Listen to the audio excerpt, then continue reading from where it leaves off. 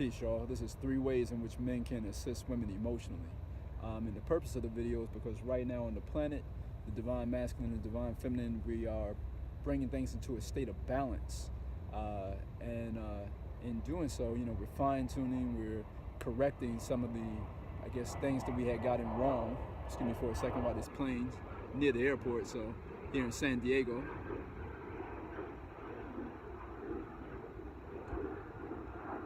Let that plane take off there. So what we're doing is we're correcting some of the things that we have been doing, not to the most optimum way in the past. And so in doing so, there's actually a tendency sometimes to go from one extreme to the other. And, so we don't want to do that either. We want to try to bring things into a state of balance now. So what do I mean? I mean, right now, in correcting the patriarchy and the male-dominated cultures around the world, there's this tendency right now to put an overemphasis on the feminine, and so we don't want to do that shit either. You know what I'm saying? We want to bring things into a state of balance. So that's the purpose of this video. So number one, out of the 3 things that we can do as men to assist and support women emotionally, number one is stop defining femininity. This is huge because we are in the Kali Yuga. If you're not familiar with what I'm talking about, look that up. But the goddess Kali and the goddess Oya from the Yoruba culture, and the goddess Kali from the Hindu culture in India, is about breaking down illusions and changing things, bringing change. And one of those things is actually, especially for Kali, that energy which exists in, Kali and Oya exist in all human beings. That energy breaks down our thoughts about what defining even what the feminine is. And so in a male-dominated, patriarchal society, we've got to stop even saying and expressing what we think femininity is, and stop putting those limits on it. So yes, she could be a jet fighter. Yes, she could be a firewoman and still be feminine. So these are the things that are time for us to redefine and allow each human being their own unique expression of the feminine and masculine energies. So, and that will be challenging because we do have programs in our mind about what these things are and what they should look like. And what the Kali age kind of stands for, as we were coming out of it and going back into more light, it stands for us to actually shake those boundaries and burn them down and reevaluate and look at them in a different light. So that's number one. Stop defining what the feminine energy is. Number 2 is to actually, in that, don't ever allow your masculine energy to be downplayed. One of the things that I see that is, as the feminine energy, as they strengthen themselves and go from a place of not believing in themselves and then believing in themselves and then knowing. But in that process of believing in themselves, sometimes they may undermine or downplay the power and the importance of the masculine energy. Don't let that shit ride either. There's definitely a lot of very important things being said, and rightfully so, about the power of the womb and how powerful it is and how necessary it is. Support that, and help women to step into that. But don't ever let it be at the cost of your own balls, you know what I'm saying?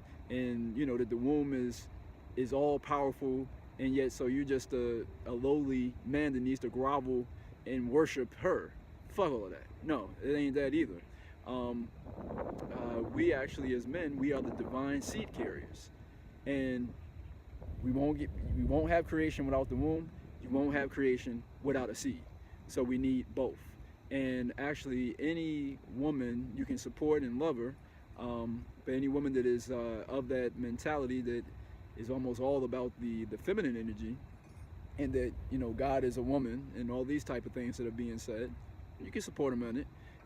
But just know that even that expression in that way is kind of more of a masculine energy to create this hierarchy. You know what I'm saying? To create this this place where one is dominant or more important than the other. That is not a very feminine trait in general, because the feminine tends to be, and again, going back to number one though, so we do have to keep that in mind, but it tends to be more holistic in its approach to things. So it won't say that the heart is the most important organ. It will understand that, okay, the heart is hella important, but so are the kidneys, livers, and so on and so forth. We need all of it. And so any woman beating on her chest or breast about, I'm divine feminine, I'm the goddess. Okay, I support you in that, you know, but the mere fact that you even need to express and say that probably means that you're still developing that, and I support you in that as well. So just know that as a man, you know that as someone with the masculine energy, and never allow the masculine energy to be downplayed. It is important. And in order to have the woman develop, we need to know that. And the third thing is to help encourage the woman back to a place of feeling. So going back to number two, if she's in a place of where she's thinking that she's a goddess, she is by default not knowing that she is. There is a big, huge difference. Belief still has a place for doubt in it, and it still has a little tinge of doubt, because if I say, hey, how do I get to the park? And oh, I think that I believe that. Well, okay, you still kind of doubtful. I ain't gonna take your directions if I don't have to. You know what I'm saying? I'd rather take somebody who knows how to fucking get to the park.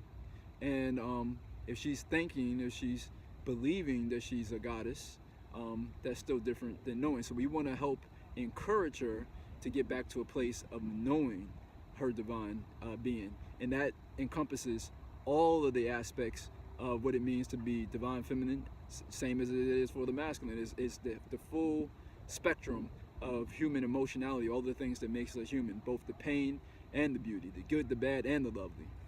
It is all these three things. It is all these things. So we support her in back to a place of feeling, because right now on the planet, many women are in a state of thinking these things, and it's only natural that it still carries over into the spiritual realm. Like when they start to read some books and come into some intellectual knowledge about it, it carries over to the place of, okay, I've read this, therefore I am this, but it comes without any feeling. And it's like saying I love you without actually feeling it in my physical body.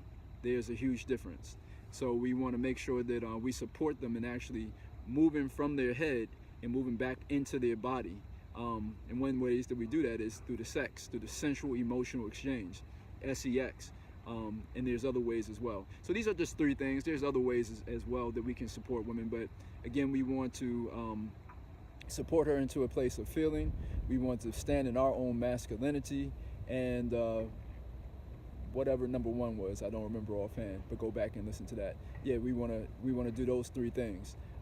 If you like this video, please share it, subscribe, and share it with other people.